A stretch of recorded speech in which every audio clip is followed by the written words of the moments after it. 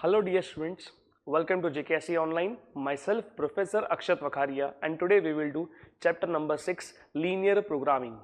Dear students, इस lecture में इस LMR वीडियो में मैं आपको इस टॉपिक का मेन पॉइंट्स समझाऊंगा जो आपको एंड मोमेंट पे एक बार देखना चाहिए. समझा मैं क्या बोल रहा हूँ आपको? इस टॉपिक में आपको दो वेराइटी है. एक जिसमें आपको इक्वेशंस दिए होते थे, मतलब एक आपको एलपीबी मॉडल दिया होता है, आपको उसके बेस पे ग्राफिकली सॉल्व करना है, मैक्सिमम या मिनिमम वैल्यू फाइंड करना होता है उसके अंदर. द सेकंड जो होता है, जो सेकंड वेराइटी है, दैट इज आपको एक वर्ड प्रॉब्लम दिया होगा, उससे आपको एक फॉर्मुलेशन करना है, एलपीबी मॉडल क्रिएट करना है. समझ में आ रहा है मैं क्या बोल रहा हूँ? जो आपको प्रॉब्लम दिया होगा, वर्ड प्रॉब्लम जो दिया होगा, उसको आपको एलपीबी मॉडल में क्रिएट करना है, फॉर्मुलेट करना है. क्लियर? सो नाउ दो टाइप के सम्स है. सो डियर स्टूडेंट्स, जो भी एग्जाम पॉइंट ऑफ व्यू जो इंपॉर्टेंट पॉइंट्स है वो मैं आपको समझाने वाला हूँ. ठीक है? सो ध्यान से देखो यहाँ पर चैप्टर नंबर 6 लीनियर प्रोग्रामिंग. ठीक है? I know that you are already aware about this topic. So मैं आपको इस टॉपिक का इन डिटेल में नहीं करवाऊंगा. मैं सिर्फ इंपॉर्टेंट पॉइंट जो एग्जाम रिलेटेड इंपॉर्टेंट है, मतलब exam point of view important है, वही करवाने वाला हूँ. क्लियर? सो टर्मिनोलॉजी में कुछ पॉइंट्स जो मुझे लगता है इंपॉर्टेंट है, that is non negative constants. Non negative constants मतलब क्या? जिसमें आपका वैल्यू, सी कॉन्स्टेंट्स का मतलब क्या होता है? Constant is nothing but the what condition. Condition under which objective function is to be optimized are called constants. Objective function मतलब क्या? Linear function of decision variable which is to be optimized either maximized और minimized. हम करते हैं ना maximize z, minimize z, minimize cost, maximize profit. ये मेरा objective function है. समझ में आ रहा है? तो वो ऑब्जेक्टिव फंक्शन के लिए जो भी आपको कंस्ट्रेंट्स दिए होते, कंडीशंस दिए होते थे, वो जो कंडीशंस है, जो इक्वेशंस है, बेसिकली कॉल्ड एज कॉन्स्टेंट्स. ठीक है? नाउ नॉन नेगेटिव कॉन्स्टेंट्स मतलब यहां पे इन सिंपल टर्म आपको पता ही आता था, x is greater than equal to 0, y is greater than equal to 0. This is nothing but the what? Non negative constants. Now feasible solution क्या आएगा यहाँ पे? Solution which satisfy all the conditions, all the constants. Now point number 7 क्या दिया यहाँ पे? Feasible region. Feasible region मतलब क्या होता है? Common region. So I hope आपको ये पॉइंट समझ में आया. अब और कुछ इंपॉर्टेंट पॉइंट्स है, मैं आपको समझा रहा हूं, ध्यान से समझना. नाउ लीनियर इक्वेशन की बात करता हूं मैं, तो linear equation will be like this: 2x plus 3y equal to for example 12. So ये linear equation in two variable. But linear inequation की बात करूंगा तो वहां पे साइन क्या आएगा? या तो ग्रेटर देन इक्वल टू आएगा, लेस देन इक्वल टू आएगा, ग्रेटर देन आएगा, या लेस देन आएगा. सो ये लीनियर इन इक्वेशन की साइंस है. ठीक है? नाउ से फॉर एग्जांपल आपको दिया है 2x plus 3y is greater than equal to 12. Now dear student, सबसे पहले हमको क्या करना है? पॉइंट्स फाइंड आउट करना है. क्या फाइंड करना है हमको? यहाँ पे पॉइंट्स फाइंड आउट करना है. अगर मैं आपको ऐसा बोलूं कि अगर मैं x का वैल्यू 0 पुट करता हूं, क्या पुट करता हूं मैं? x का वैल्यू 0 पुट करता हूं. So 2x plus 3y equals to 12. पहले आपको क्या करना है? उसको इक्वेशन में लिखना है, मतलब उसको इक्वेट करना है. इज इक्वल्स टू आप लिखोगे यहाँ पर, एंड देन आपको पॉइंट फाइंड आउट करना है. सो से फॉर एग्जाम्पल x की वैल्यू यहाँ पर 0 है. एक सेकेंड, x की वैल्यू यहाँ पे 0 है. So 2 into 0 plus 3y equal to 12. We can see that by y is equal to कितना आ गया यहाँ पे? 4. सो मैं पॉइंट्स फाइंड करना सिखा रहा हूँ. सो यहाँ पे पॉइंट्स क्या बन गए? पॉइंट्स यहाँ पे बन गया 0, 4. ठीक है? लेकिन अगर समझो y का वैल्यू 0 है, y का वैल्यू फॉर एग्जांपल 0 पुट करते हैं हम यहाँ पर, तो मुझे x की वैल्यू मिलेगी. सी अगर मुझे ग्राफिकली प्लॉट करना है तो मुझे यहाँ पे क्या चाहिए? पॉइंट्स. अगर पॉइंट्स नहीं है, कोऑर्डिनेट्स नहीं है, तो मैं यहाँ पे ग्राफिकली प्लॉट नहीं कर पाऊंगा. सो y का वैल्यू अगर 0 है, in that situation so I will say that 2x plus 3 into 0 is equals to 12. ठीक है? So 2x is equals to 12, x की value will be 6. So it will be 6, 0. ये पॉइंट्स है. Clear? So now say for example यहाँ पे 0, 4 है, ये 6, 0 है. सो उसके अकॉर्डिंगली यहाँ पर मैं प्लॉट कर दूंगा. यहाँ पे से फॉर एग्जांपल ये मेरा 4 है, तो इट विल बी 0, 4. यहाँ पे 6 है, इट विल बी 6, 0. क्लियर हो यहाँ तक? ये मैंने जस्ट प्लॉट किया.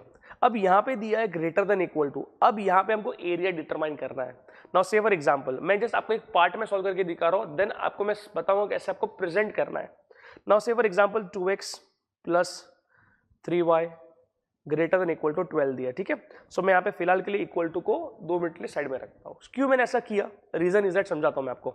सी इक्वल टू को अगर मैं बोलूँ, इक्वल टू की बात करता हूँ मैं, सो ये जो अपना लाइन है, ये line, see this is what, this is 2x plus 3y equals to 12 का लाइन है ये, समझ में आ रहा है। पॉइंट्स क्या है, 0 4 एंड 6 0 को मैंने ज्वाइन कर दिया यहाँ पर ना। अगर समझो यहाँ पे ये जो लाइन है बेसिकली, एक सेकेंड,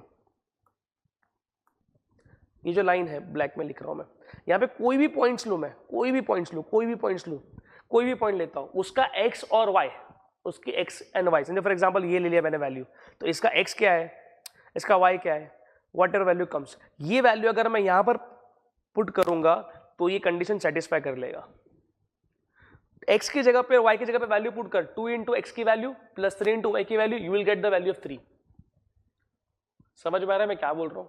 अब कोई भी ये लाइन के ऊपर जो भी x और y की वैल्यू आती है वो वैल्यू पुटअप करो, इस इक्वेशन को सेटिस्फाई कर लेगा वो। बट यहां पे क्या बोला है, हमको रीजन जो फाइंड करना है, हमको जो एरिया फाइंड करना है, रीजन जो फाइंड करना है वो है ग्रेटर देन और equal to. So equal to का तो फाइंड करने की जरूरत नहीं है, ठीक है। Now we have to find the greater than का पार्ट। अब ग्रेटर देन मतलब क्या, यहां पर या तो उसका एरिया इस तरफ होगा या तो उसका एरिया उस तरफ होगा। मतलब क्या sir, it may be towards origin side, it may be towards non-origin side, it may be away from origin, that is non-origin side। तो कैसे बनेगा सर यहाँ पे, जैसे फॉर एग्जांपल मैं लेता हूँ यहाँ पर, ये क्या दिया, ग्रेटर देन दिया है। सो आपको क्या करना है, आपको सिंपली x की जगह पे या तो इस तरफ का या तो फिर इस तरफ का, दो में से कोई भी एक तरफ का आपको वैल्यूज पुटअप करना है एंड आपको सेटिस्फाई करना है कि यहाँ पे क्या, मतलब यहाँ पे जो इक्वेशन है सेटिस्फाई हो रहा है या नहीं। सर आप क्या बोल रहे हो, कुछ समझ में नहीं आ रहा है, एकदम सिंपल चीज बताता हूँ मैं आपको यहाँ पर। से फॉर एग्जांपल ये जो वैल्यू है, ये कौन सी वैल्यू है सर, ये ओरिजिन की वैल्यू है, दैट इज 0 0, ठीक है। आप सिंपली यहाँ पर पुट करो x की वैल्यू एंड y की वैल्यू, क्या पुट करोगे, 0 0, क्या पुट करोगे, 0 0 0 0 पुट कर दिया, 2 के जगह पे 0, y के सॉरी x के जगह पे, x के प्लेस पे 0, y के प्लेस पे 0, यू विल गेट 0 प्लस 0, या we can say that 2 into 0 plus 3 into 0 greater than 12। तो 0 ग्रेटर देन 12, क्या ये सेटिस्फाई हो रहा है, क्या 0 12 से बड़ा हो सकता है, क्या 0 ग्रेटर देन 12 हो सकता है, नहीं सर, सेटिस्फाई नहीं हो रहा है। अगर सेटिस्फाई होता है तो solution set will be at origin side, satisfy नहीं होता है तो solution set will be at non origin side. Non origin side मतलब away from origin. I hope आपको मेरा पॉइंट समझ में आ रहा है मैं क्या बोल रहा हूं। अगर सेटिस्फाई होता तो मैं क्या बोलता यहां पर, it will be towards origin, satisfy नहीं होता है away from origin. Towards origin का मतलब होता है डियर स्टूडेंट इस तरफ, clear. Now another point, another example. Now say for example 2x plus 3y less than equals to 18, ठीक है। तो पहले हम क्या करेंगे सर, हमको इसके अंदर पहले हमको पॉइंट्स फाइंड आउट करना है। अगर मैं x की जगह पे 0 पुट करूंगा तो I will get the y का वैल्यू। अगर x की जगह पे 0 है तो y का वैल्यू मुझे मिल जाएगा 6, और अगर y की जगह पे 0 है, y के प्लेस पे 0 पुट करता हूं मैं, से मैं x और y के प्लेस पे कोई भी वैल्यू पुट कर सकता हूं, बट 0 पुट करने से क्या होता है, एकदम सिंपल वे में हम सॉल्व कर सकते हैं। समझ में आ रहा है मैं क्या बोल रहा हूं। सो अगर मैं y के प्लेस पे 0 पुट करता हूं, सो इट विल बी x की वैल्यू 9, क्लियर। अब हम क्या करेंगे सर, इसमें प्लॉट करते हैं। चलो प्लॉट कर दिया, ये यहां पर से फॉर एग्जांपल आया 0 6, यहां पर आया फॉर एग्जांपल 9 0, प्लॉट कर दिया। इसके बाद क्या करेंगे सर, इसके बाद हमको क्या करना है यहाँ पे, इसके बाद हमको करना है सर एरिया फाइंड आउट करना है। एरिया क्या बनेगा, सी इधर कोई भी पॉइंट हो, ये पॉइंट हो गए, ये पॉइंट हो गया, ये पॉइंट हो गया, ये पॉइंट हो गया, ये पॉइंट हो गया, कि जो भी पॉइंट्स हैं उस सारे पॉइंट के अगर मैं x और y की वैल्यू लेता हूं तो it satisfy this condition 2x plus 3y equals to 18। ये लीनियर इक्वेशन को सेटिस्फाई कर लेगा वो।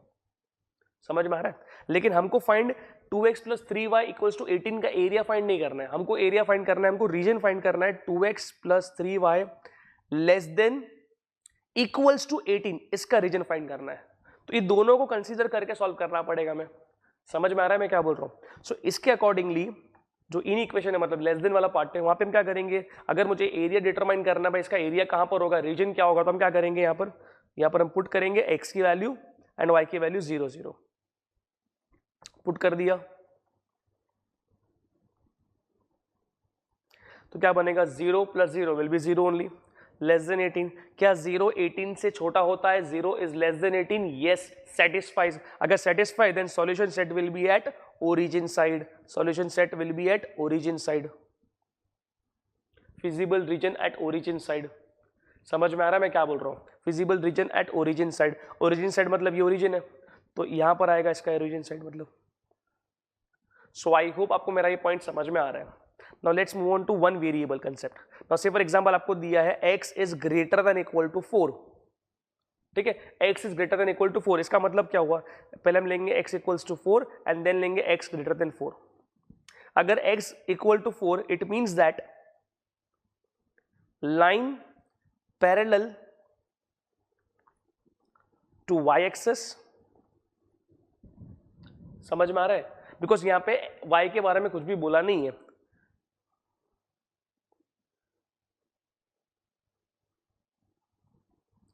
passing through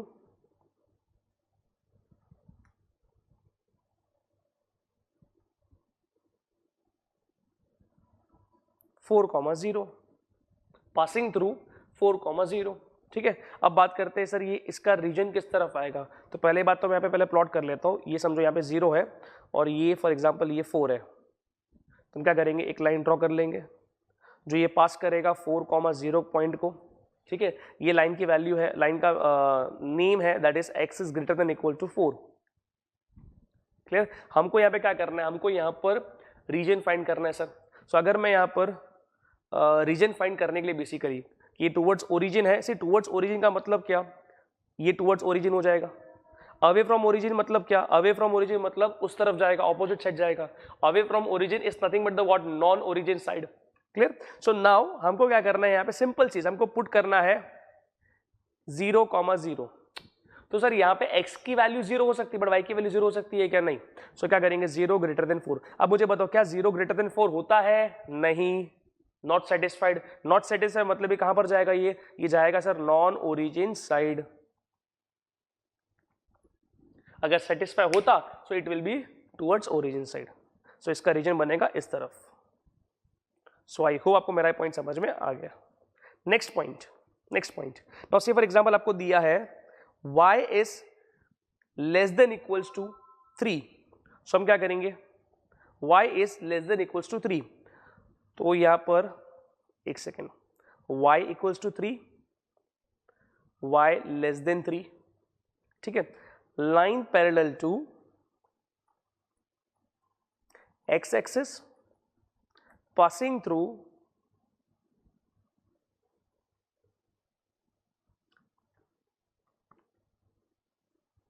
समझो ये 3 है, ये कौन से पॉइंट पे पास होके जा रहा है सर, ये पॉइंट है सर y की वैल्यू है 3 और x यहाँ पे कुछ भी नहीं है, कुछ भी नहीं मतलब ये 0 होगा, पासिंग थ्रू 0,3, क्लियर।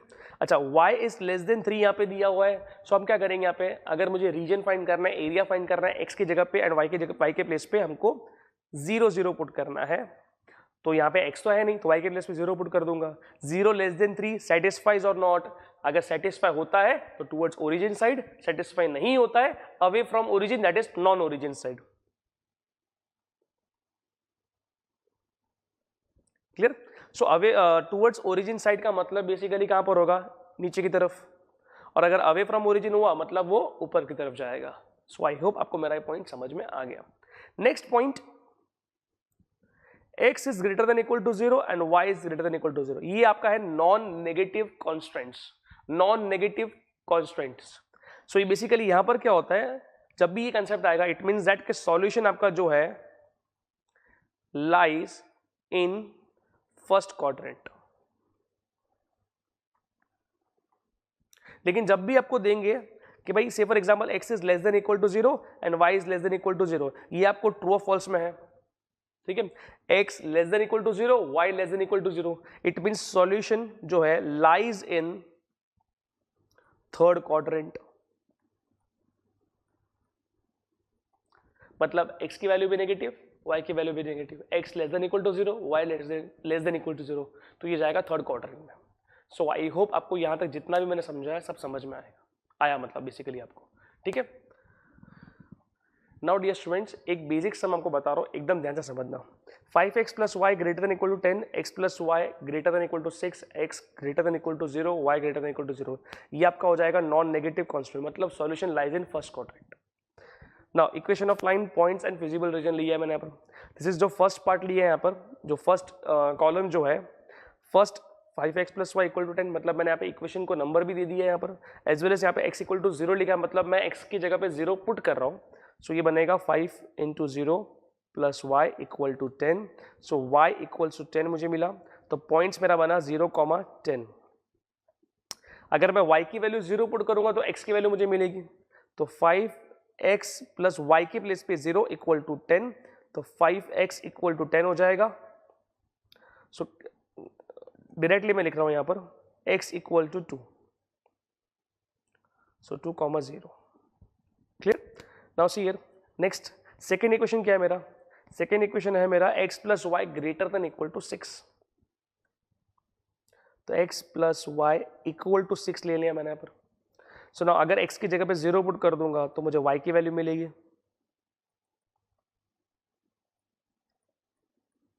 और अगर मैं y की प्लेस पे 0 पुट करूंगा तो मुझे x की वैल्यू मिल जाएगी।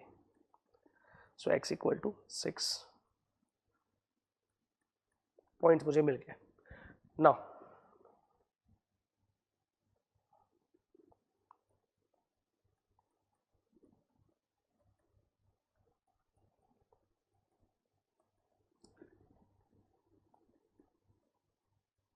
सो आई होप आपको ये पॉइंट समझ में आ गया। ठीक है, नाउ फिजिबल रीजन की बात करते हैं। 5x प्लस वाई, यहाँ पर क्या दोनों केसेस में, फर्स्ट इक्वेशन सेकंड इक्वेशन दोनों केस में यहाँ पे ग्रेटर देन पार्ट है, तो ग्रेटर देन यहाँ पर आएगा 10। अब यहाँ पे आपको डिसाइड करना है कि जो ये लाइन बनेगी बेसिकली ग्राफ में, तो इसका रीजन किस तरफ आएगा, ओरिजिन साइड या नॉन ओरिजिन साइड। तो पुट करना है आपको x और y की वैल्यू 0 0। सो क्या बनेगा ये 0, 5 इंटू 0 प्लस 0 ग्रेटर देन 10, तो 0 इज ग्रेटर देन 10। क्या 0 ग्रेटर देन 10 होता है, सेटिस्फाई करता है ये कंडीशन? नहीं, ये सेटिस्फाई नहीं करता है। इट मींस सॉल्यूशन सेट कहां पर आएगा सर? ओरिजिन साइड आएगा। किधर आएगा सर? ये ओरिजिन साइड।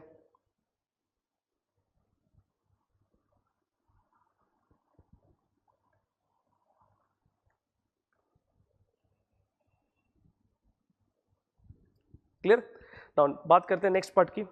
नेक्स्ट पार्ट में क्या दिया है यहाँ पे? x plus y greater than 6 put करना है आपको 0 0 to decide whether the region is at origin side और एट नॉन ओरिजिन साइड। ठीक है, तो 0 plus 0 greater than 6, you will get 0 greater than 6। Sir 0 greater than 6 होता है क्या? नहीं, सेटिस्फाई नहीं करता ये, सॉरी यहाँ पे नॉन ओरिजिन आएगा, मैंने ओरिजिन लिख दिया गलती से।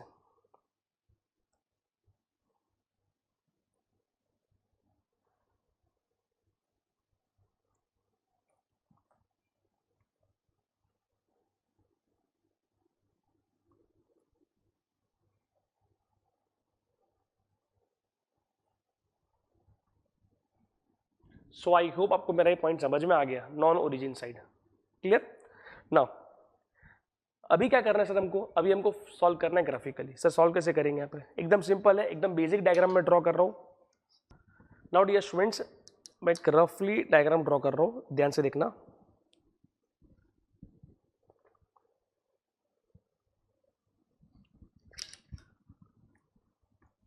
ना फर्स्ट इक्वेशन का पॉइंट है 0 10 2 0। Now say for example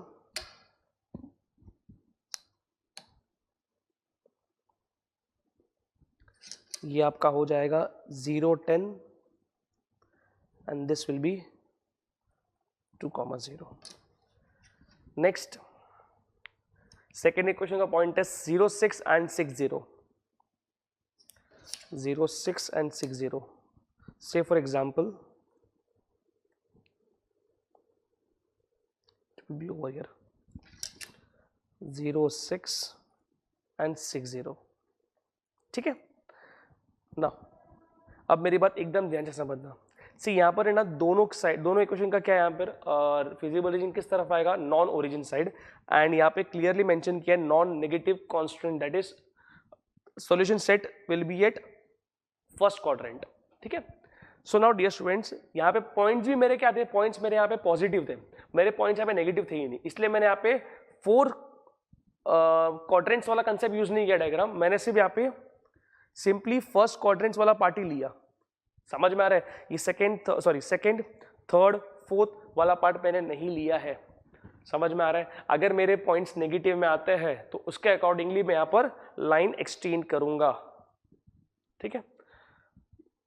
now dear students, इसका हम डिसाइड कैसे करेंगे फिजिबल रीजन किस तरफ आएगा. ठीक है सर, दोनों इक्वेशन का, दोनों लाइंस का रीजन किस तरफ है, नॉन ओरिजिन साइड. तो आपको पहले ये डिसाइड करना है कि किस तरफ रीजन नहीं आएगा. सी पहली बात तो जो भी रीजन बनेगा वो फर्स्ट क्वाड्रेंट में बनेगा, ये तो क्लियर हो गया, बिकॉज यहाँ पे क्लियरली मेंशन किया कि वो फर्स्ट क्वाड्रेंट में रहेगा. तो नेगेटिव पार्ट में रीजन तो नहीं आएगा, ये क्लियर है. आएगा कहां पर सर? रीजन फर्स्ट क्वाड्रेंट में आएगा. ना फर्स्ट क्वाड्रेंट में यहाँ पर क्या बोला है कि दोनों इक्वेशन, जैसे फॉर एग्जांपल मैं आपको रिकॉग्नाइज करूंगा यहाँ पर जो लाइंस है, it is blue and black, मैं इस वे से रिकॉग्नाइज करूंगा यहाँ पर. तो जो ब्लू लाइन है एंड ब्लैक लाइन है, दोनों का किस तरफ रीजन आएगा सर? Non origin side. तो मैं ब्लू लाइन की बात करता हूं, तो ब्लू लाइन का ओरिजिन साइड रीजन नहीं आएगा. ओरिजिन साइड मतलब सी ये जो लाइन होता है ये हो गया ओरिजिन साइड, और ये जो है ये हो गया नॉन ओरिजिन साइड. समझ में आ रहा है? तो ओरिजिन साइड नहीं आएगा. कहां पर आएगा सर? नॉन ओरिजिन साइड उसका रीजन आने वाला है. तो जिस तरफ नहीं आएगा उस तरफ आपको क्या करना है? क्रॉस करना है. सी हमको यहां पे फाइंड करना है कॉमन रीजन. क्या फाइंड करना है हमको? कॉमन रीजन फाइंड आउट करना है. और सी ब्लू लाइन जो है उसका ये रीजन नहीं बनेगा, ये रीजन नहीं बनेगा, नॉन ओरिजिन साइड नहीं आएगा. मैं ये नहीं सॉरी नॉन ओरिजिन साइड आएगा, तो कहां पर नहीं आएगा सर? नॉन ओरिजिन साइड नहीं आएगा, इसलिए मैंने यहां पे क्रॉस किया हुआ है. आई होप आपको मेरा पॉइंट समझ में आ रहा है. कहां पर नहीं आएगा पहले वो डिसाइड कर लो, कहां पर आएगा वो तो ऑटोमेटिक आपको मिलने ही वाला है. सर आपने तो बोला नॉन ओरिजिन साइड, हाँ तो इस तरफ में ये भी पार्ट है और ये भी पार्ट है, दो चीजें यहाँ पर. तो आप क्या करोगे? ये तो 2 इक्वेशन है, कभी कभी आपको 3 इक्वेशन देंगे, तो वो कैसे सॉल्व करोगे? तो उसके लिए ये ट्रिक क्या है, यहाँ पर कहां पर नहीं आएगा ये देख लो, जहां पर नहीं आएगा वहां पे आप क्रॉस कर लो. समझ में आ रहा है मैं क्या बोल रहा हूं? सो ब्लू लाइन के पॉइंट ऑफ व्यू से सर ये रीजन और ये रीजन नहीं आएगा, इसका रीजन ये दो तो नहीं बनेगा. अगर मैं ब्लैक लाइन के पॉइंट ऑफ व्यू से देखूं तो उसका रीजन नॉन ओरिजिन साइड है, मतलब किस तरफ नहीं आएगा, मतलब सर ब्लैक लाइन के पॉइंट ऑफ व्यू से, ब्लैक के पॉइंट ऑफ व्यू से काम करता हूं मैं, यहां पर कलर चेंज कर देता हूं. पहले मैं ब्लू के पॉइंट ऑफ व्यू से बोलूं तो ये रीजन और ये रीजन नहीं बनेगा, और अगर मैं ब्लैक लाइन के पॉइंट ऑफ व्यू से बोलूं तो यहां पर ये रीजन और ये रीजन नहीं बनेगा. तो कौन सा रीजन बनेगा सर? तो जहां पर क्रॉस नहीं आया है वो रीजन बनेगा, that will be the common region. So मैं ऐसा बोलूंगा यहां पर common region will be this one.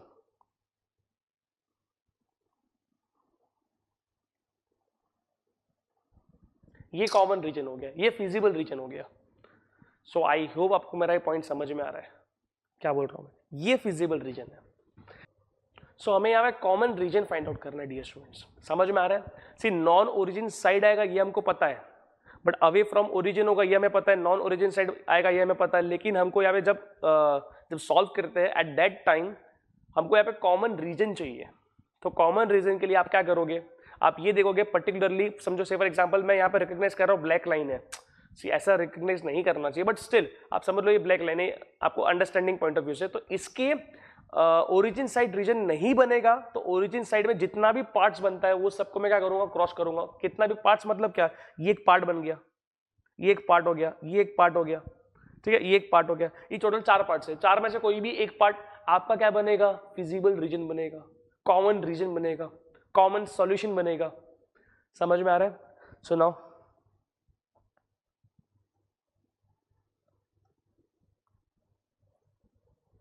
ठीक है ना, ये जो है इसको मैं बोलूंगा फिजिबल रीजन. फिजिबल रीजन का मतलब होता है common region. Clear? Done. So I hope आपको ये पॉइंट समझ में आ गया. Now let's move on to some. यहां पर जो मैं सम ले रहा हूं बेसिकली आपको 2 वेराइटी के सम है. एक आपको इस टाइप की वेराइटी सम है, और एक आपको दिया वर्ड प्रॉब्लम दिया हुआ है, और एक वेराइटी है एडिशनली जो मैंने आपको मेंशन नहीं किया, दैट इज कि वर्ड प्रॉब्लम है, बट वर्ड प्रॉब्लम के साथ साथ आपको क्या करना है? आपको ग्राफिकली सॉल्व भी करना है. इसके पहले वाला जो सिलेबस था ना ओल्ड पोर्शन, उसमें मैंने देखा है जनरली सम्स कैसे आते थे, या तो आपको फॉर्मुलेट करना होता था या तो आपको ये फॉर्मुलेट करके दिया होता था आपको एलपीपी मॉडल, एंड देन आपको जस्ट ग्राफिकली सॉल्व करना होता था। बट उससे भी पहले वाला पुराना पोर्शन जिसके अंदर आपको फॉर्मुलेट करने के बाद ग्राफिकली सॉल्व भी करना पड़ता था, और वो वैरायटी अभी इस बार आया है। समझ में आ रहा है? आपको ध्यान से समझना पड़ेगा डियर स्टूडेंट्स, आपको क्या पूछा ये ध्यान से समझना पड़ेगा क्वेश्चन में। या तो आपको फॉर्मुलेट करने को पूछेंगे एक वैरायटी, या आपको एलपीपी मॉडल पहले से दिया रहेगा, आपको डायरेक्टली ग्राफिकली सॉल्व करना है कि मुझे मैक्सिमाइज जेड मिले या मिनिमम जेड मिले। मिनिमाइज जेड जो मेरा ऑब्जेक्टिव फंक्शन है वो अटेन हो पाए एट व्हाट पॉइंट, मतलब वो अटेन होगा एट व्हाट पॉइंट, एक्स की वैल्यू क्या होगी, वाई की वैल्यू क्या होगी, एट दैट पॉइंट आपका मिनिमम सो एंड सो बनेगा या maximum so and so value बनेगा। थर्ड पॉइंट जिसमें आपको क्या दिया होगा, वर्ड प्रॉब्लम दिया होगा, आपको पहले एलपीपी मॉडल क्रिएट करना है एंड देन आपको ग्राफिकली सॉल्व करना है। समझ में आ रहा है? तो वो वैरायटी का सम ले रहा हूं जिससे आपका एलपीपी मॉडल कैसे बनेगा वो भी मैं आपको समझा दूंगा, at the same time graphically कैसे सॉल्व करना है वो भी समझा दूंगा। समझ में आ रहा है मैं क्या बोल रहा हूं? स्टार्टिंग की दो वैरायटी यहां पर थर्ड पॉइंट में क्लियर हो जाएगी। दैट इज क्वेश्चन नंबर 9 ले रहा हूं मैं, मिसलेनियस का क्वेश्चन नंबर 9, जिसके अंदर मुझे यहां पर एलपीपी मॉडल भी क्रिएट करना पड़ेगा एज वेल एज मुझे वैल्यू भी फाइंड करना पड़ेगा at what point minimum Z या मैक्सिमम जेड बनेगा। समझ में आ रहा है मैं क्या बोल रहा हूं? So now see here question number 9 क्या दिया है यहाँ पे, a company manufactures bicycles and tricycles each of which must be processed through two machines A and B. Maximum availability of machine A and B is respectively 120 and 180 hours. Maximum availability. Okay. Manufacturing a bicycle requires 6 hours of machine A and 3 hours of machine B. Done. आगे क्या दिया देखो ध्यान से, एक second इसको मैं थोड़ा सा हाईलाइट कर लेता हूं। Okay. And manufacturing a tricycle requires 4 hours of machine A and 10 hours on machine B. अच्छा, फिर अपने को दिया प्रॉफिट्स के बारे में। सो प्रॉफिट अपना बेसिकली क्या होगा, ऑब्जेक्टिव होगा, ठीक है। So profits are ₹180 for bicycle and ₹220 on tricycle. Determine the number of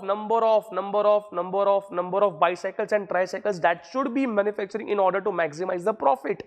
सी अगर आप नहीं समझ पाते हो कि अपना ऑब्जेक्टिव फंक्शन क्या होगा, तो मिनिमाइज या मैक्सिमाइज के बाजू में जो भी लिखा होगा वो अपना जेड बनेगा। मिनिमाइज या मैक्सिमाइज के बाजू में जो भी दिया होगा वो अपना जेड बनेगा। सी यहाँ पे क्या दिया, मैक्सिमाइज प्रॉफिट, तो यहाँ पर अपना जो प्रॉफिट है वो अपना जेड बनेगा। सो मैंने तो आपको पहले ही बोल दिया कि प्रॉफिट जो अपना ऑब्जेक्टिव फंक्शन होगा, but the thing is that यहां पर अपने को अगर आप नहीं समझ पा रहे हो तो आप मैक्सिमाइज या मिनिमाइज के बाद जो भी दिया होगा वर्ड वो अपना क्या बनेगा, ऑब्जेक्टिव फंक्शन। इस वे से आप डिटरमाइन कर सकते हो। समझ में आ रहा है? मिनिमाइज कॉस्ट होगा, मिनिमाइज टाइम होगा, मैक्सिमाइज प्रॉफिट होगा। क्लियर?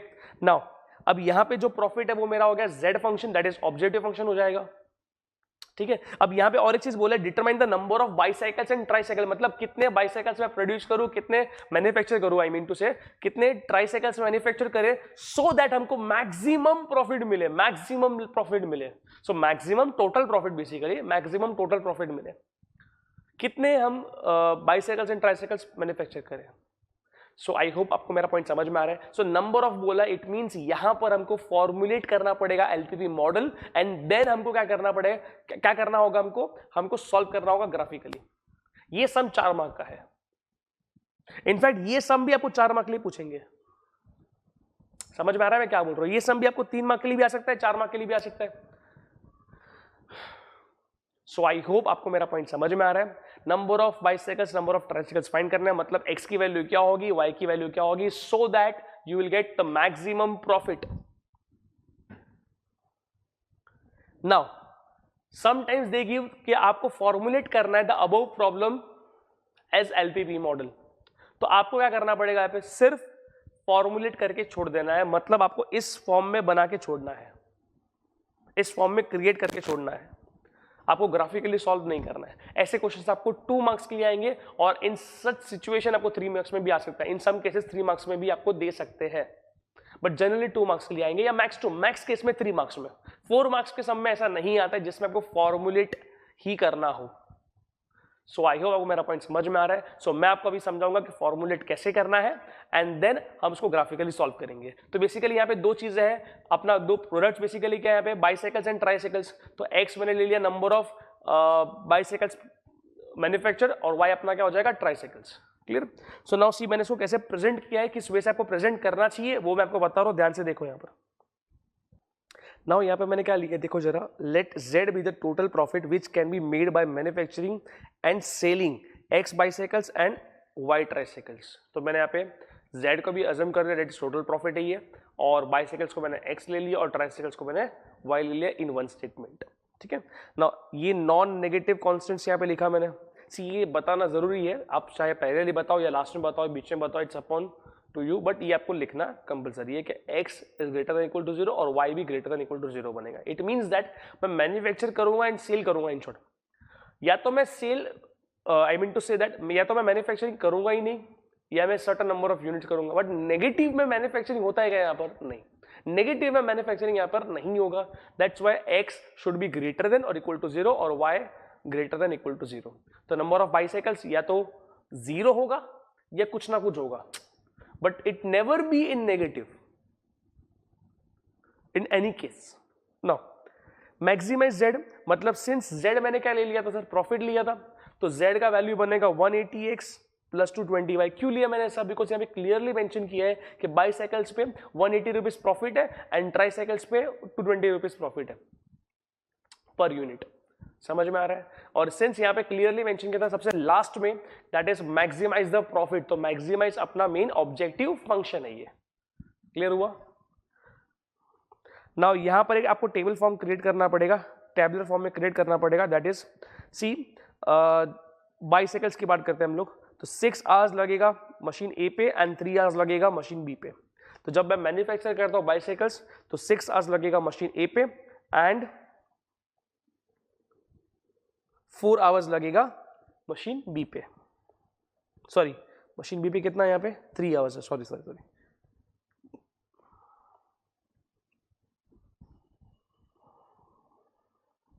ठीक है, बात करते हैं ट्राइसाइकिल्स की। तो ट्राइसाइकिल्स में यहाँ पे कितना है, ट्राइसाइकिल्स लिए 4 hours on machine A and 10 hours on machine B, 4 10। ठीक है, machine A and machine B की बात करते हैं तो मशीन ए में मैक्सिमम अवेलेबल टाइम कितना है, 120 hours and 180 hours, maximum availability of machine A and machine B. तो मशीन ए अवेलेबल है 120 आवर्स के लिए एंड मशीन बी अवेलेबल है 180 आवर्स के लिए। तो मुझे क्या करना है सर, इतने आवर्स में ये प्रोडक्शन कंप्लीट करना होगा। सो आई होप आपको मेरा पॉइंट समझ में आ रहा है। Now see here, so 6x plus 4y, ये जो वैल्यू मतलब बेसिकली एक बाइसाइकिल्स के लिए हमको मशीन ए में 6 आवर्स देना पड़ रहा है। ठीक है, मशीन ए बेसिकली ट्राइसाइकिल्स के लिए 4 आवर्स दे रहा है for 1 unit. So total time कितना लग रहा है, जितना भी टोटल टाइम लग रहा होगा दैट शुड बी या तो 120 आवर्स लगना चाहिए या तो उससे कम लगना चाहिए, because we have maximum availability of machine A for 120 hours. समझ में आ रहा है। बात करते हैं मशीन बी की। तो मशीन बी में कैसा कंसेप्ट है यहाँ पर कि बाइसाइकिल्स मैन्युफैक्चर करने के लिए मशीन बी पे 3 आवर्स लग रहा है एंड ट्राइसाइकिल मशीन बी पे 10 आवर्स लग रहा है। तो बेसिकली टोटल टाइम जितना भी लग रहा है that should be lesser than 180 होना चाहिए या इक्वल टू 180 होना चाहिए। उससे अगर ज्यादा टाइम लग रहा है तो पॉसिबल नहीं, बिकॉज मशीन बी अवेलेबल है ओनली फॉर 180 आवर्स। ठीक है, now 1 second. Now the required formulated LPP is as follows. So maximize Z 180x plus 220y subject to 6x plus 4y less than equal to 120। ये equations यहाँ पे लिखे हैं मैंने and ये नॉन नेगेटिव कॉन्स्टेंट्स। तो ये आपने फॉर्मुलेशन कर दिया। अगर आपको सिर्फ फॉर्मुलेशन करने बोला है, ओनली फॉर्मुलेट द एलपीपी ऐसा अपने को बोला हुआ है, तो आपको सिर्फ और सिर्फ यहां तक करना है, दैट्स इट। ये आपको आएगा या तो 2 मार्क्स के लिए या फिर 3 मार्क्स के लिए। But in this question they have asked कि भाई कितने नंबर ऑफ बाइसाइकिल्स कितने नंबर ऑफ ट्राइसाइकिल्स हमको सेल करना है, मैन्युफैक्चर करना है, so that we get maximum profit, to achieve the maximum profit. समझ में आ रहा है। तो इसको ग्राफिकली हमको सॉल्व भी करना पड़ेगा। अगर नंबर ऑफ वैल्यूज पूछा है, नंबर ऑफ एक्स पूछा है, नंबर ऑफ वाई पूछा है, तो आपको पूरा ग्राफिकली सॉल्व करना पड़ेगा। सो आई होप आपको मेरा पॉइंट समझ में आ रहा है। सो इसके बाद आपको डायरेक्टली ये टेबल ड्रॉ करना है नाउ डियर स्टूडेंट्स, यहाँ पर आपको पॉइंट्स फाइंड करना है, फिजिबल रीजन फाइंड करना है, ठीक है। मैंने यहाँ पे क्या किया, ये जो दो इक्वेशंस है, ये वाली एंड ये वाली, बस ये आपको टेबुलर फॉर्म में लेकर के सॉल्व करना है।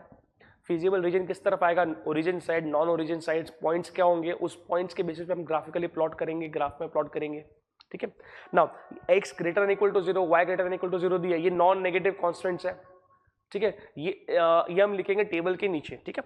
नाउ डियर स्टूडेंट्स, ये जो मैक्सिमाइज z अपने को पार्ट दिया हुआ है, दैट ये पार्ट, ये जो पार्ट है बेसिकली मैक्सिमाइज z, तो यहाँ पे x की वैल्यू क्या होगी और y की वैल्यू क्या होगी, सो दैट हमको मैक्सिमम प्रॉफिट मिले, मैक्सिमम z मिले, ठीक है। तो ये पार्ट सबसे लास्ट में आता है, सबसे लास्ट में हम इसको सॉल्व करेंगे। अभी जो हम सम कर रहे हैं बेसिकली समझो यहाँ पर कि आपके पास यही क्वेश्चन दिया हुआ है और ये क्वेश्चन के बेस पे आप ग्राफिकली सॉल्व कर रहे हो, तो आपको ये क्वेश्चन अगर आप समराइज में देखोगे तो आप यहाँ पर आपको एक ही क्वेश्चन हम कर रहे हैं, बट वो एक क्वेश्चन आपका बेसिकली दो क्वेश्चन के बराबर है।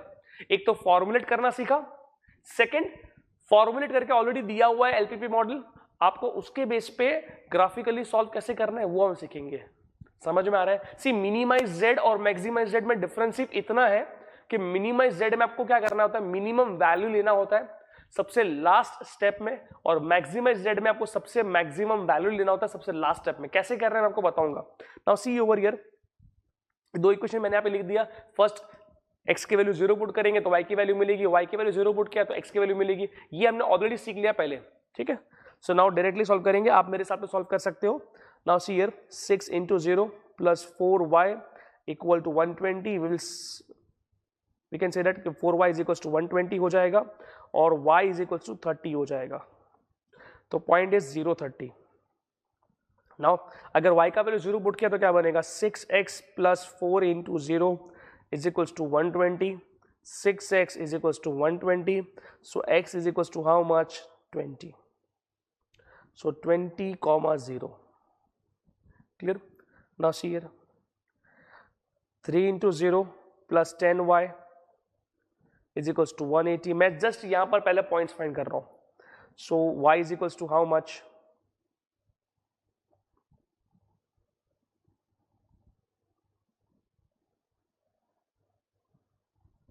0,18। नाउ बात करते हैं y equal to 0, so 3x plus 10 into 0 is equals to 180, सो 3x is equals to 180, तो x की वैल्यू बन जाएगी 60। सो यहां पे बनेगा 60,0, ठीक है। देन टेबल के नीचे x greater than equal to 0, y greater than equal to 0, since solution lies in first quadrant, sorry therefore solution lies in first quadrant, not since। now see here 6x plus 4y less than 120 यहाँ पे दिया हुआ है। अब यहाँ पर क्या करेंगे सर, ओरिजिन साइड है रीजन या नॉन ओरिजिन साइड है, तो ये जस्टिफाई करने के लिए हमको यहाँ पे एक पार्ट सॉल्व करना पड़ेगा, दैट इज x और y की वैल्यू 0 0 पुट करनी होगी और चेक करना है कि सेटिस्फाइज द कंडीशन और नॉट। तो 6 into 0 plus 4 into 0 less than 120, तो 0 लेस देन 120, क्या 0 लेस देन 120 होता है, यस, सेटिस्फाइज द कंडीशन। सो यहां पे क्या बनेगा, solution set will be at origin side, ठीक है। ना बात करते ये वाला पार्ट, सो पुट करना है हमें x, सॉरी डायरेक्टली पुट 0,0, ठीक है। तो हमको यहाँ पे क्या करना है, x की जगह पे 0 पुट करना है, y के प्लेस पे भी 0 पुट करना है। So 3 into 0 plus 10 into 0 equal to 180, तो सॉरी इक्वल्स टू नहीं आएगा, यहाँ पे लेस देन आएगा। ये पॉइंट मैंने आपको समझा दिया था पहले। सेटिस्फाई द कंडीशन और not, yes sir satisfy the condition. So solution set क्या बनेगा, सॉल्यूशन सेट क्या बनेगा सर, फिजिबल रीजन किधर बनेगा sir, that is towards origin side,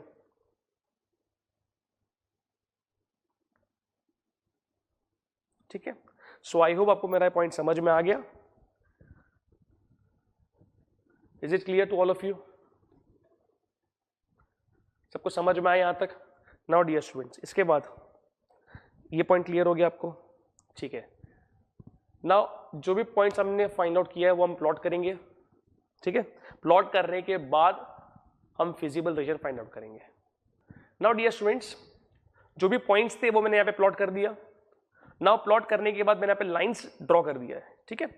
now x axis पे यहाँ पे क्या लिया 1 centimetre equal to 5 unit and Y axis पे 1 centimetre equal to 6 unit. Scale आपको लिखना पड़ेगा डियर स्टूडेंट्स।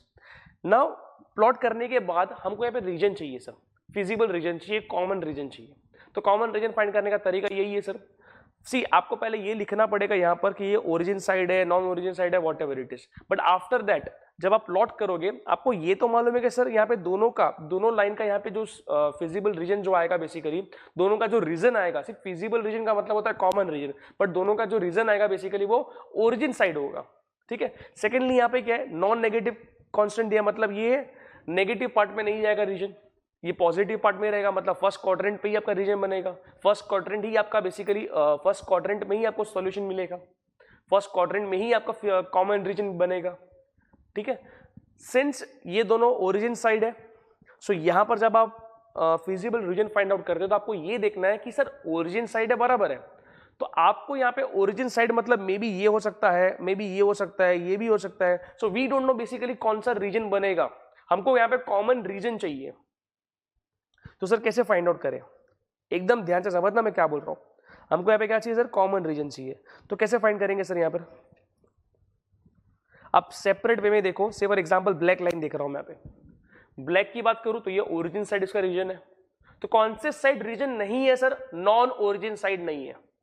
तो मतलब ये जो एरिया है बेसिकली, ये इसका एरिया, इसका रीजन यहां पर नहीं आएगा। सो कहां पर नहीं आएगा वहां पे हम क्रॉस कर दो, और जिस एरिया में, जिस पार्ट में क्रॉस नहीं है वो particular area will be the common region. So पहले मैं black line point of view जा रहा हूं यहां पर। सी मैंने यहाँ पे नाम क्या बोला, ब्लैक लाइन, मतलब बेसिकली क्या है सर, वो 6x + y <= 120, उसका रीजन सर ओरिजिन साइड है। तो कहां पर नहीं है वहां पे क्रॉस कर दो, जहां पर नहीं है। ओरिजिन साइड है मतलब नॉन ओरिजिन साइड नहीं है, क्रॉस कर दो। सो लाइन के non origin side, away from origin, non origin side जितना भी एरिया वो क्रॉस कर दिया मैंने। अब बात करते हैं ब्लू लाइन की, दैट इज 3x + 10y <= 180। इसका भी एरिया, इसका भी रीजन सर ओरिजिन साइड है। तो कौन से साइड नहीं है, लाइन के नॉन ओरिजिन साइड नहीं है, लाइन के नॉन ओरिजिन साइड नहीं है। तो नॉन ओरिजिन साइड में क्या बनेगा सर, एक तो ये पार्ट बनेगा और एक ये पार्ट बनेगा। तो जहां पर भी क्रॉस आया है बेसिकली वो कॉमन रीजन नहीं हो सकता, जहां पर भी क्रॉस आया है वो कॉमन रीजन नहीं हो सकता। हमको कॉमन रीजन फाइंड आउट करना है। प्रैक्टिकली स्पीकिंग तो ये जो पार्ट है ये ब्लैक के पॉइंट ऑफ व्यू से रीजन बनेगा, बट ब्लू के पॉइंट ऑफ व्यू से नहीं बनेगा। ब्लैक के पॉइंट ऑफ व्यू से वो टुवर्ड्स ओरिजिन पार्ट में काउंट होगा, बट ब्लू के पॉइंट ऑफ व्यू से नहीं होगा। तो जब भी अपने को 2 या 2 से ज्यादा इक्वेशंस देते हैं तो हमको यहाँ पे कॉमन रीजन ही चाहिए है। सो आई होप आपको मेरा पॉइंट समझ में आ रहा है। तो हमको यहाँ पे कॉमन रीजन फाइंड करना है। तो बेसिकली आप पहले इंडिविजुअली लाइन वाइज देखो कि हमको कौन सा रीजन नहीं बनेगा, कौन सा रीजन कॉमन रीजन में पार्ट नहीं होगा। तो बेसिकली जो भी रीजन आपका नहीं बनेगा वहां पे आपको क्रॉस करना है, और जो रीजन बन सकता है वहां पर आपको क्या करना है, क्रॉस नहीं करना है। एट दी एंड आप क्या देखोगे यहां पर, सर ये एक ऐसा पार्ट है जहां पर क्रॉस नहीं है। तो बेसिकली ये ऐसा एरिया है, ये black as well as blue दोनों से सेटिस्फाई हो रहा है। तो that is called common region. So common region also called as feasible region, common region also called as feasible region. अच्छा ये कौन सा रीजन है सर, ये फिजिबल रीजन है। सर ये बाउंडेड है या अनबाउंडेड है? बाउंडेड मतलब क्या, जो हर जगह से कवर्ड है कॉल्ड एज बाउंडेड, जो हर जगह से कवर्ड नहीं है कॉल्ड एज अनबाउंडेड। सो ये बेसिकली क्या है, अनबाउंडेड है। अच्छा अगर मैं इसकी बात करता हूं तो ये कौन सा रीजन हो गया सर, ये हो जाएगा अनबाउंडेड। क्यों, बिकॉज ये हर जगह से कवर्ड नहीं है। सो ये this is unbounded feasible region and this is bounded feasible reason.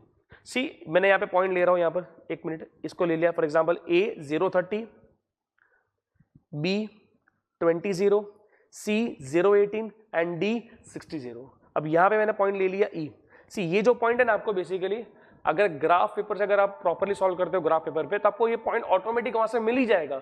But in such situation अगर नहीं मिलता है सर तो क्या करेंगे यहाँ पर, तो जो भी पॉइंट जब भी सी यहाँ पे तो 2 ही लाइन है, कभी कभी आपको 3 लाइंस भी देंगे, तो आपको क्या करने का, बस वो लाइंस का जो इंटरसेक्शन पॉइंट है, मतलब ये जो ई पॉइंट है, ये 2 लाइंस का जो भी रहेगा, ये जो भी 2 लाइंस रहेगी उन दोनों का आपको साइमल्टेनियस सॉल्व करने का, क्या करने का आपको, साइमल्टेनियस सॉल्व करने का। नाउ से फॉर एग्जांपल यही पकड़ लो, 3x + 10y 180 दिया है, 6x + 4y 120 दिया है। 6x प्लस 4y 120 दिया है एंड 3x प्लस 10y 180 दिया है। इन दोनों इक्वेशन का साइमल्टेनियस करो, you will get the point E, you will get the point ई। अगर डायरेक्टली मिलता है नो इश्यू, डायरेक्टली नहीं मिलता है, डायरेक्टली नहीं मिलता है, इन दैट सिचुएशन डायरेक्टली नहीं मिलता है, इन दैट सिचुएशन आपको क्या करना पड़ेगा, यहाँ पे साइमल्टेनियस सॉल्व करना पड़ेगा। साइमल्टेनियस सॉल्व करने के बाद आपको वैल्यू मिल जाएगा। समझ में आ रहा है? कभी कभी ऐसा होता है डायरेक्टली आप इजीली इंटीजर वैल्यू बनता है तो इश्यू नहीं है, मतलब से फॉर एग्जांपल 5 बना या 4 बना, 3,4 बन रहा है, 4,7 बन रहा है, व्हाटएवर इट इज। बट कभी कभी डेसिमल में आता है तो डेसिमल में एग्जैक्ट वैल्यू हमको समझ में नहीं आता है, ठीक है। कभी कभी डेसिमल में बन रहा है वैल्यू, बेसिकली हमको नहीं समझ में आएगा, तो हम क्या करेंगे इन दैट सिचुएशन, हमको साइमल्टेनियस करना बेटर रहेगा हमारे लिए। समझ में आ रहा है? सो बेसिकली यहां पर समझो ये अजम्पशन ले रहा हूं मैं कि आपको ये डायरेक्टली मालूम नहीं पड़ रहा है। अगर डायरेक्टली मालूम पड़ रहा है तो क्या करना है और नहीं मालूम पड़ रहा है तो क्या करना है, वो मैं आपको बताने वाला हूं, ध्यान से समझना।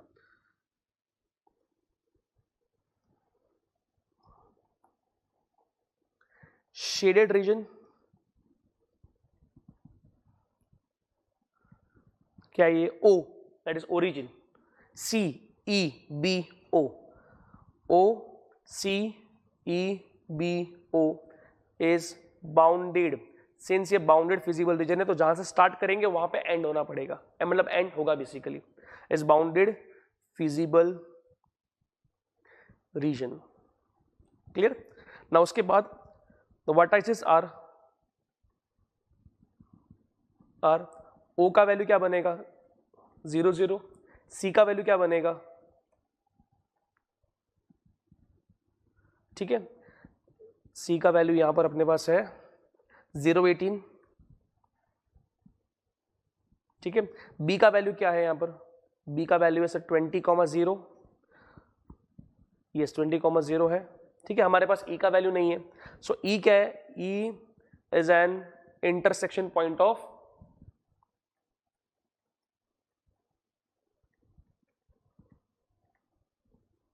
of 3x plus 10y equal to 180 and 6x plus 4y equal to 120।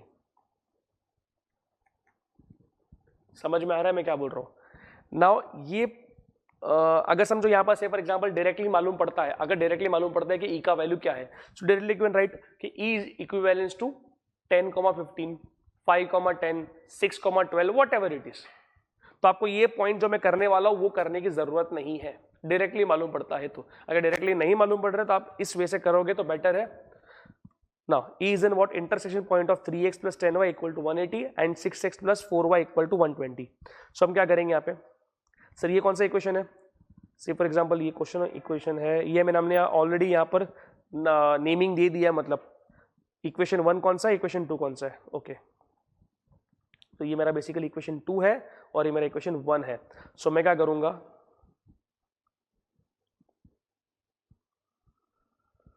Six X plus 4y equal to 120 and एक सेकेंड, इक्वेशन 2 को मल्टीप्लाई करेंगे 3 से, सॉरी मल्टीप्लाई करेंगे 2 से, देन माइनस करेंगे इक्वेशन 1। समझ में आ रहा है? मतलब हम साइमल्टेनियस इक्वेशन सॉल्व कर रहे हैं बट यहाँ पे स्टेप्स थोड़ा डायरेक्ट कर रहे हैं। मतलब इक्वेशन नंबर 2 क्या है यहाँ पे sir, 3x plus 10y equal to 180 है ना, so it will be 6x plus 20y equal to 360। Now 6x, तो सेकेंड इक्वेशन से मैं क्या कर रहा हूँ यहाँ पे, फर्स्ट इक्वेशन माइनस कर रहा हूँ, 6x plus 4y equal to 120, so this will be 240। Subtraction कर रहे हैं यहाँ पर,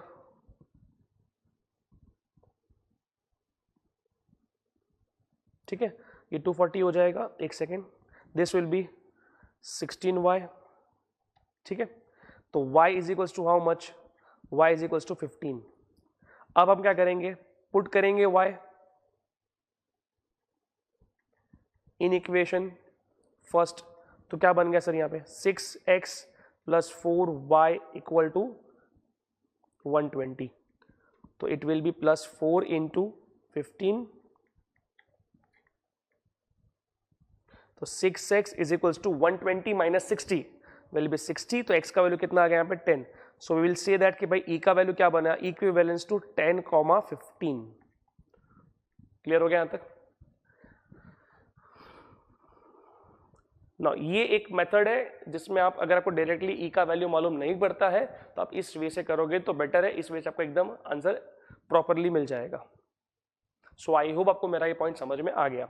ना इसके बाद जो नेक्स्ट स्टेप है दैट इज मैक्सिमाइज मिनिमाइज वाला स्टेप. सो यहाँ पे क्या दिया है, मैक्सिमाइज दिया हुआ है. Maximize z is equals to 1 second 180x plus 220y. Okay,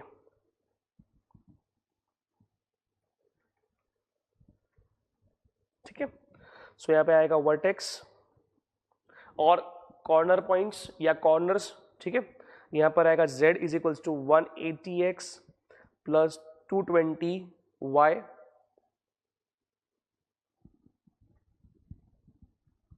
so now एक तो O है दैट इज ओरिजिन 0,0, C है दैट इज 0,18 है, एक E है दैट इज 10,15 है if I am not wrong. Yes, and last one is B that is 20,0 है.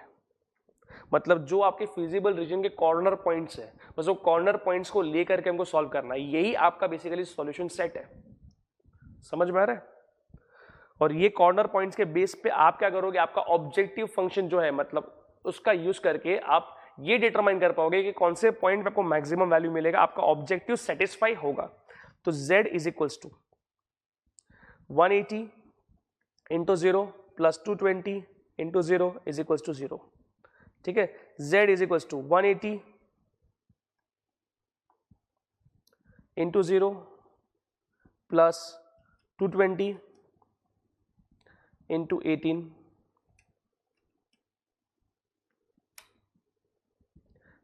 3960. Now z is equals to 180 into 10 plus 220 into 15 is equals to, ये direct कर रहा हूं मैं. ठीक है, यस, प्लस करने पे टोटल कितना बनेगा 5100 बनेगा. ठीक है, now z is equals to 180. आपको जस्ट x की जगह पे जो वैल्यूज है वही वैल्यू को पुट करना होता है. तो 180 into 20 plus 220 into 0, so will get 3600. So I hope आपको मेरा पॉइंट समझ में आ गया. ठीक है, नाउ तो कौन से पॉइंट पे मैक्सिमम वैल्यू बन रहा है सर? सी ये मैक्सिमाइज है ना, मेरी बात एकदम ध्यान से समझो. अगर मिनिमाइज होता तो हमको मिनिमम वैल्यू यहाँ से लेना पड़ता, बट यहाँ पे मैक्सिमाइज बोला है तो हम मैक्सिमम वैल्यू लेंगे यहाँ पर. तो मैक्सिमम वैल्यू इज 5100, तो मैं लिखूंगा यहाँ पे z is equals to 5100 is maximum at E. ठीक है, 10,15 that is x is equals to 10 and y is equals to 15. समझ में आ रहा है मैं क्या बोल रहा हूँ? ये अपना सॉल्यूशन है. सो बेसिकली अगर आपको सिर्फ ये पार्ट पूछा है, मेरी बात ध्यान से समझो, सिर्फ अपने को ये पूछा है, जस्ट अपने को ये पार्ट दिया हुआ है एंड देन सॉल्व करना है, तो अब यहाँ से जो पार्ट है, मतलब ये जो पार्ट है बेसिकली ये अपना सॉल्यूशन है.